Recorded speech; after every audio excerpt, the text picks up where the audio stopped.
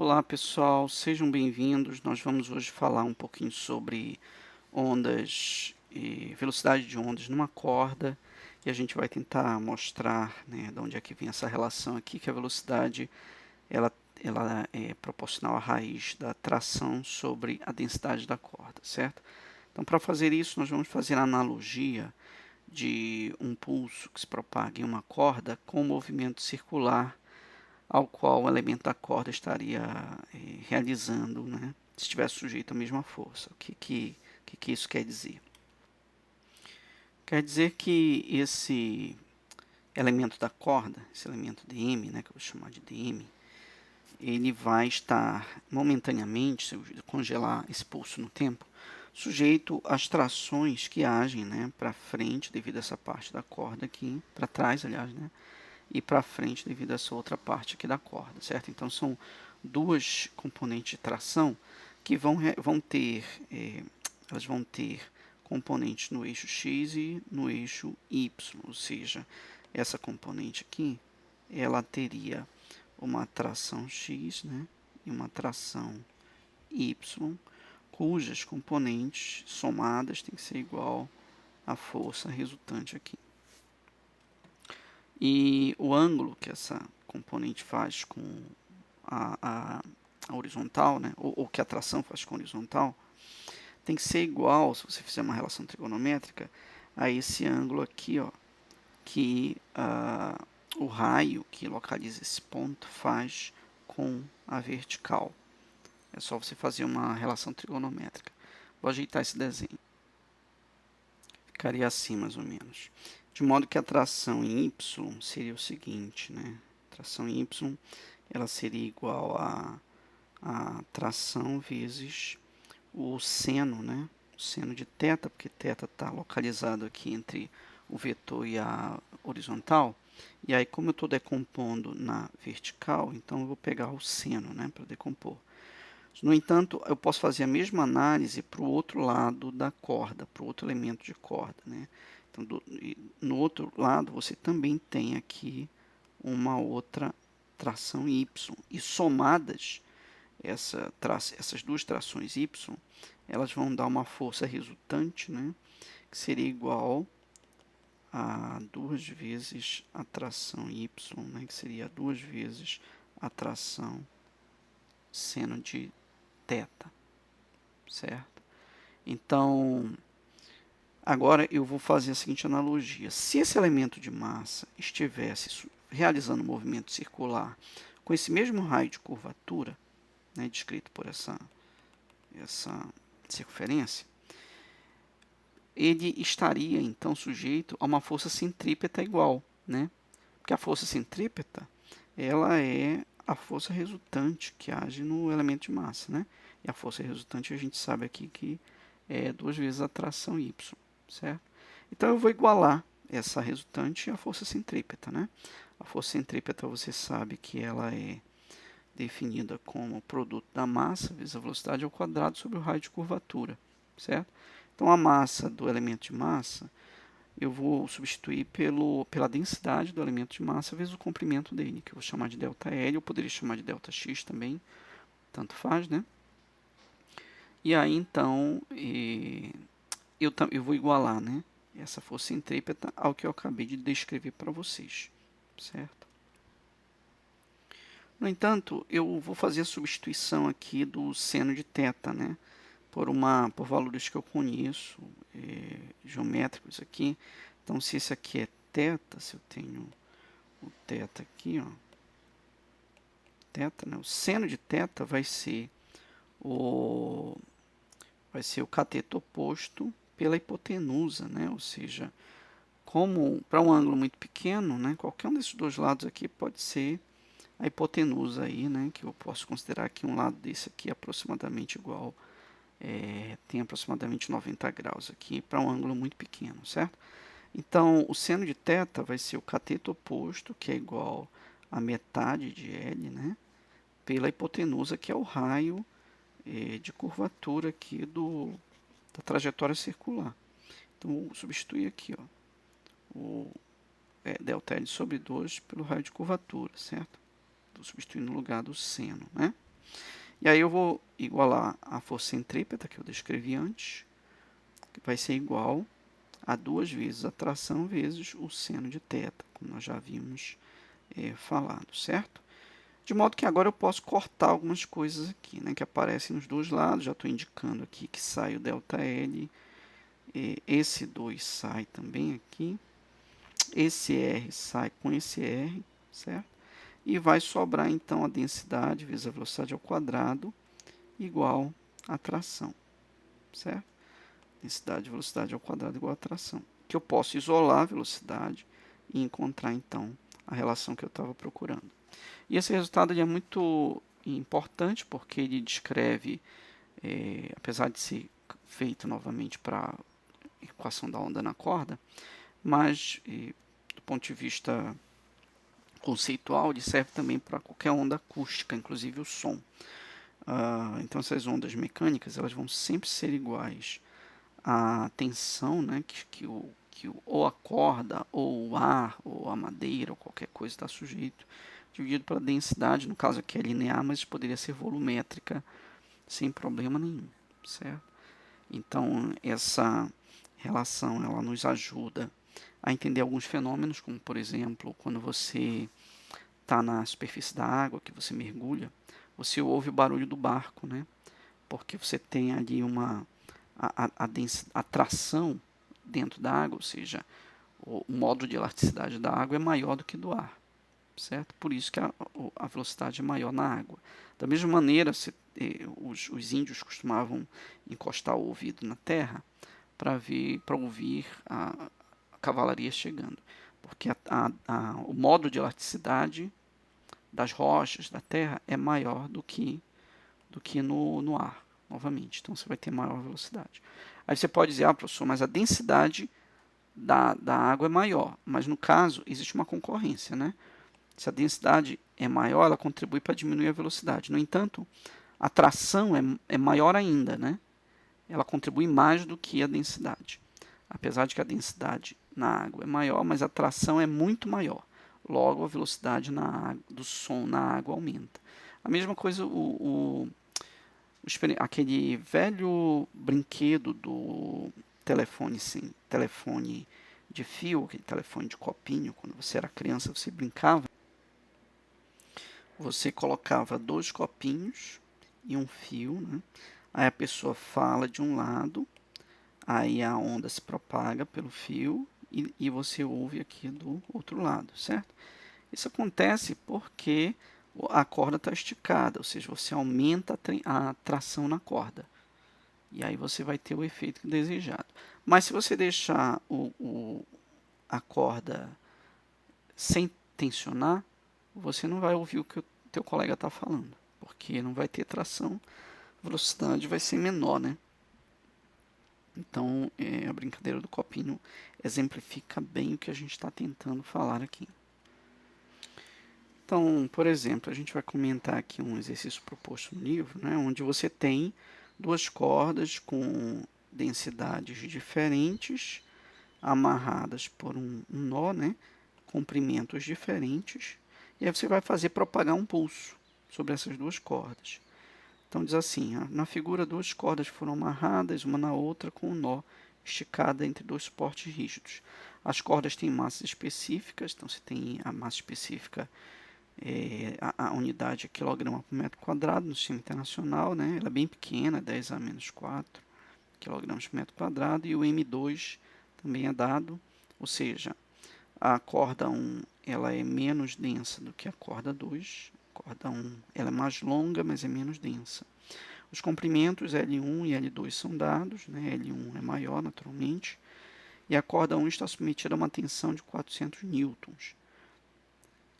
Dois pulsos são enviados simultaneamente em direção ao nó a partir dos suportes. Qual dos pulsos chegará primeiro ao nó?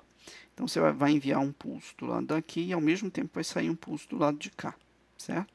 E eles vão caminhar com velocidades diferentes e a pergunta é qual deles vai chegar primeiro ao nó. Então é uma corrida de pulsos aí. Então o primeiro ponto a considerar é que ele deu só uma tração. Mas aí você tem a ação e reação de Newton, que diz o seguinte: se esse nó está parado, Então, a força que age para a direita é igual à força que age para a esquerda, certo? De modo que a tração tem que ser a mesma. Então, a tração 1 tem que ser igual à tração 2. Então, esse é um ponto de partida para você resolver o problema. Você sabe aqui relacionar a tração com a velocidade, então você vai inverter isso, isolar a tração, né, e igualar, certo? Então, você vai ter o seguinte, para resolver o problema, você vai dizer o seguinte, ou melhor, vamos fazer de outra maneira, né? Vamos encontrar o tempo que cada uma dessas cordas, desses pulsos percorre em cada uma das cordas, né? Então você vai lembrar o seguinte, que o tempo ele é o espaço pela velocidade, porque a velocidade é espaço sobre tempo, né? Onde o espaço percorrido é o comprimento da corda. Então o tempo vai ser, vou inverter, né? O tempo vai ser o espaço pela velocidade. Então a velocidade você sabe, né, que é raiz de tal sobre mi, então você vai inverter também, porque a velocidade está aqui embaixo, está no quociente, vai ficar o comprimento raiz de mi sobre tal, certo? Só que são dados esses valores, é dado o comprimento da corda 1, a densidade dela, e a tração, que é 400, que é igual nas duas cordas, certo? Quando você substitui esses valores, você encontra em um tempo de 1,77 milissegundos. Aí, fazendo a mesma coisa para a corda 2, você vai pegar também, né, o comprimento raiz de mi sobre tal, onde o tal e a tração é igual nas duas. Substituindo os valores que são dados, você encontra aqui 1,67 milissegundos. Então, o pulso na corda 1 ele vai demorar mais para chegar, um tempo maior. Logo, o pulso na corda 2 chega primeiro, certo? Que não é trivial, né, porque tem uma concorrência, né, entre espaço percorrido e velocidade. O espaço percorrido ser maior não implica que o pulso vai chegar primeiro. Tá? Nesse caso coincidiu, o menor espaço percorrido, o pulso chegou primeiro, mas não necessariamente seria dessa maneira. Né? Esse é um exercício de assimilação. Outro ponto a ser considerado é a potência, ou seja, a taxa de energia que se propaga nessa corda. Lembrando aí da física 1, que a potência média, ou taxa média, é a taxa média com a qual a energia é transmitida por uma onda senoidal em uma corda esticada. Então, no caso, pode ser senoidal ou não, né? Mas a gente vai demonstrar essa equação, vamos mostrar que a potência média vai ser proporcional à densidade da corda, naturalmente, se for uma corda mais densa, mais energia se propagando ali. Quanto maior a velocidade com que a corda se propaga, maior também a energia. Lembra que a velocidade ela carrega energia cinética, né? Quanto maior a frequência, é importante que tipo de onda que está se propagando, né? Então, quanto maior a frequência, muito mais, porque é o quadrado, né? Muito mais energia ela carrega, ou seja, as ondas de maior frequência carregam maior energia. E também a amplitude. Né? A amplitude é intuitiva, né? Quanto mais você balança a corda, que vai dar a amplitude de movimento, maior a energia também, e muito maior, né? Porque é um termo ao quadrado, é a energia que se propaga aí na corda, certo? Então, a frequência ser relacionada à energia tem muito a ver também com as ondas eletromagnéticas. Lembra que o raio-x ele é uma onda muito energética, é uma radiação energética, porque tem frequência muito alta. E essa radiação, essa frequência, essa energia, ela pode até danificar as células aí do nosso corpo, enquanto que as ondas do mar, que tem frequência baixa, não influenciam muito aí para a gente, não causam danos. Então, a gente vai agora ver como é que a energia se propaga numa corda. Vamos pegar uma onda se propagando na corda e vamos congelar ela no tempo novamente, que fica mais fácil da gente analisar.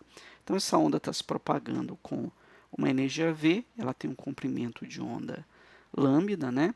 Uma amplitude máxima aqui de vibração Y máximo, e se propaga no eixo X, certo? A gente vai analisar um elemento de massa em dois pontos, no ponto A e no ponto B. Então, a gente tem um elemento de massa no ponto A, que é a crista da onda, e um elemento de massa no ponto B, que é o vale, né, dessa onda aí. Nesses dois pontos, que são os dois pontos opostos em termos de análise de energia, a gente vai ter, primeiro, no ponto A, o elemento de corda, que eu chamei de DM, né, ele vai estar parado, porque esse elemento, lembra que ele é um oscilador harmônico, né? Se você analisar aí só a oscilação no eixo Y, esse elemento de corda, ele em algum momento ele desce, aí ele vai estar aqui nessa situação, né? Só que nesse ponto, e depois ele vai aqui até esse extremo. Então, nos extremos, esse elemento de massa tem que parar para poder voltar ao início da oscilação. De modo que a velocidade nesse ponto aqui é zero. Logo, não tem energia cinética na crista da onda.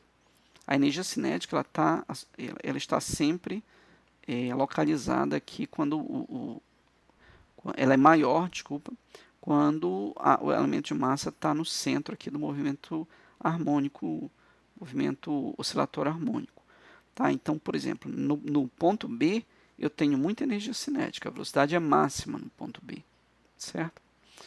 E agora, além disso, tem uma energia elástica que é própria do quanto que você está esticando a corda. Então, eu pergunto, onde é que a corda está mais esticada? No ponto B ou no ponto A? Naturalmente, você vai ver aqui, né, que o ponto B e tem um comprimento maior, a corda vai estar mais esticada no ponto B. Logo, a energia potencial elástica, que é kx ao quadrado sobre 2, é maior onde ela está mais esticada, que é no ponto B. Então, novamente, eu tenho mais energia no ponto B, tanto energia cinética, né, porque esse elemento de corda está com maior velocidade, quanto energia potencial, porque ele está mais esticado. Então, observa que nesse caso em particular, toda a energia está concentrada no vale, aqui nesse nó, certo? Então, a onda é como se fosse frentes de energia que se propagam no tempo. Como se eu tivesse aqui uma frente de energia e essa frente de energia vai estar se propagando sempre localizada no nó, ok? Lembra que essa onda está em movimento, né? Logo, tanto o vale quanto o nó estão em movimento, tá bom? Então, eu tenho frentes de energia máxima intercaladas por frentes de energia mínima, que está localizada na crista aí da onda, certo? Muito bem, então a potência ela vai ser então a soma, né, da variação da energia. Primeiro, a potência vai ser a variação da energia pela variação do tempo, como você aprendeu em Física 1. E a potência total vai ser a potência relacionada à energia cinética, né, que é a variação da energia cinética no tempo, mais a potência devida à energia potencial elástica, né, de esticamento aí da corda. E isso vale para qualquer valor de tempo, ainda não é o valor médio que eu estou mostrando, mas para qualquer valor de tempo, né, a energia ela vai ser a soma dessas duas energias aqui. E essa soma ela é máxima no nó e é mínima na crista. Esse é o primeiro ponto, né? Então, para a gente desenvolver essa potência, a gente vai primeiro lembrar que a energia cinética do elemento de massa, dm, vai ser igual a meio, né, da massa dele vezes a velocidade ao quadrado. Lembrando que a velocidade é a velocidade de oscilação em y, né? Não é a velocidade da onda, é a velocidade u, que é a velocidade de oscilação no eixo y. E aí a gente vai fazer o seguinte, para achar a velocidade em y, eu tenho que pegar a equação, né, do oscilador, do y, como y oscila, né, e derivar no tempo. Então, eu vou derivar y no tempo para achar a velocidade em y, certo? Vou pegar a equação da onda, que descreve a posição em y, né, de um elemento de massa, e derivar. Então, a derivada do seno é cosseno, e eu vou multiplicar pela derivada do que está dentro, né, que é menos ômega, em relação ao tempo, não é isso?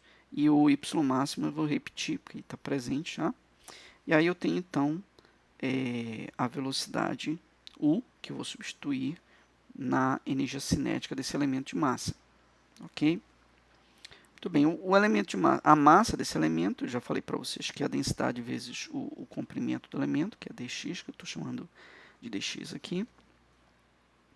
E aí, substituindo esses dois valores, né, nessa equação, eu vou ter, então, meio da massa vezes a velocidade ao quadrado, que é o ômega y ao quadrado e cosseno ao quadrado. Tá? E agora eu tenho, então, um elemento de energia cinética que se propaga aí num elemento de massa. Tá? Ou a energia desse elemento de massa. Aí. Tá bom? Muito bem. Então, desenvolvendo, eu tenho novamente, né, vou repetir, eliminar os sinais aqui que eu tenho que eliminar. E agora eu vou fazer um dkdt, né, a variação infinitesimal da energia no tempo. O que acontece? O único elemento infinitesimal que eu tenho aqui dentro é o dx. Então, vai ficar dx dt aqui e aqui dk dt, onde dx dt agora sim é a velocidade da onda, né?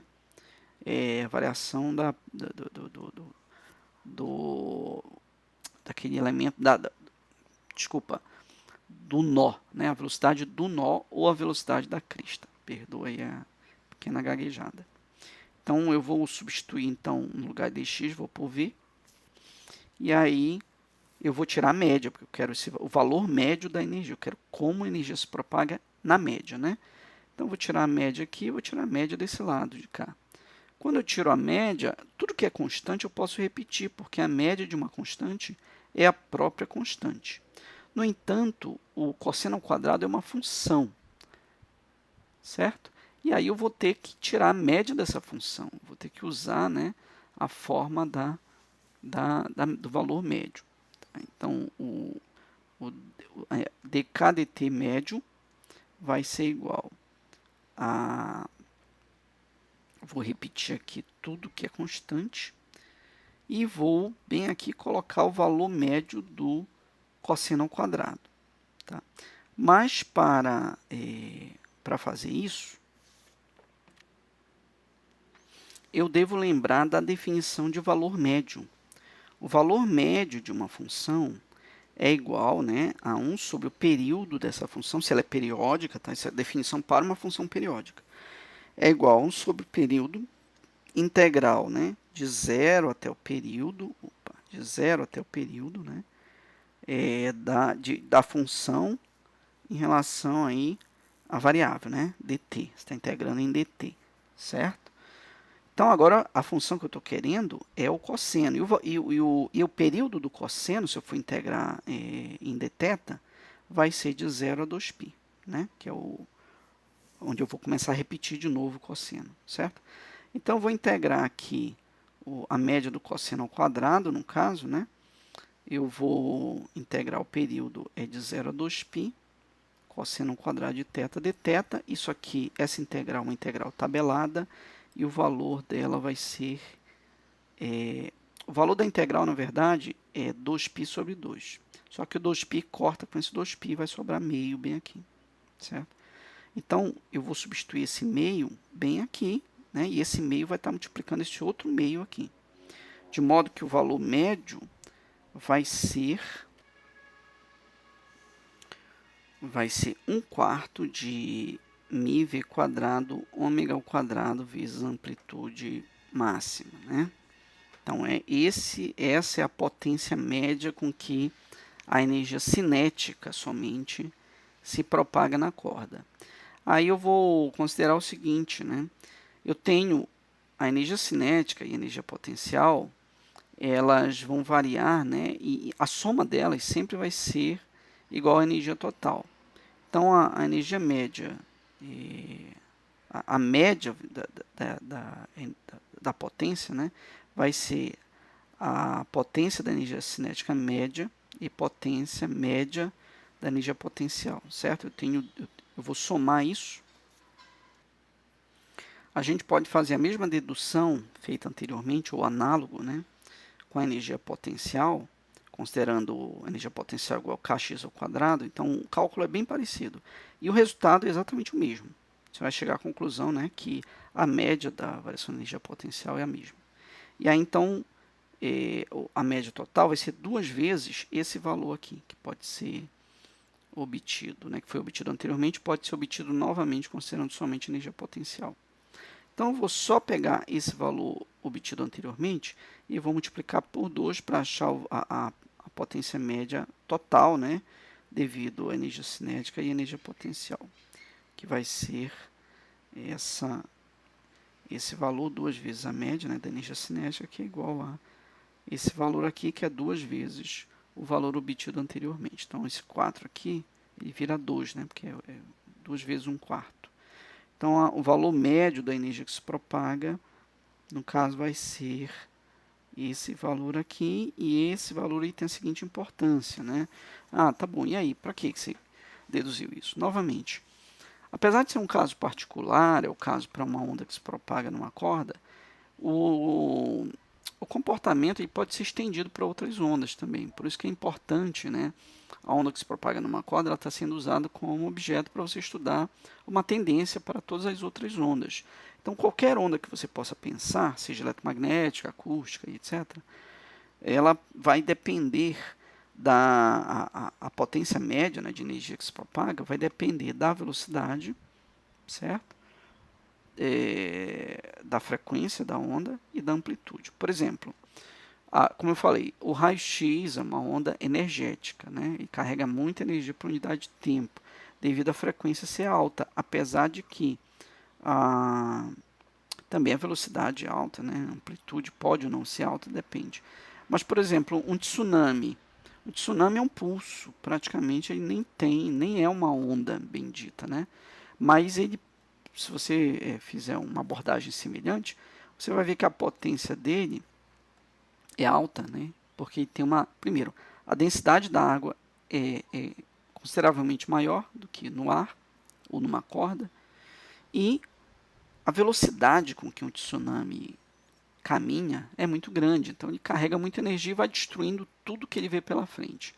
Qualquer explosão de uma bomba vai resultar, né, num pulso ou numa onda que vai ter uma grande velocidade de propagação, e o ar por si só ele não tem uma densidade desconsiderável, uma densidade considerável. Uma explosão na água, por exemplo, tem uma maior contribuição da densidade, que a densidade da água é maior do que no ar, certo? E naturalmente a amplitude da explosão vai ser também considerável, né? A amplitude também tem uma outra análise que você pode fazer, é comparar alto-falantes. Se você comparar o alto-falante de um fone de ouvido ao alto-falante de um automóvel, você vai ver que são potências de energia muito diferentes. Por quê? Porque a amplitude de vibração do alto-falante do carro é muito maior do que de um fone de ouvido, né? Então, apesar de que a onda que sai dos dois, você pode estar tocando a mesma música, mas o do alto-falante do carro, né, daquelas aparelhagens ou aquelas paredes de som, elas ganham na amplitude da oscilação, porque são alto-falantes muito grandes. Vou tentar desenhar aqui o alto-falante. E esses alto-falantes, eles têm aqui um ímã que fica oscilando, né? E essa oscilação ela vai mover uma membrana que está aqui na frente do alto-falante. Então, essa oscilação, esse ímã oscilante aqui, para o fone de ouvido, tem uma oscilação muito pequena, né?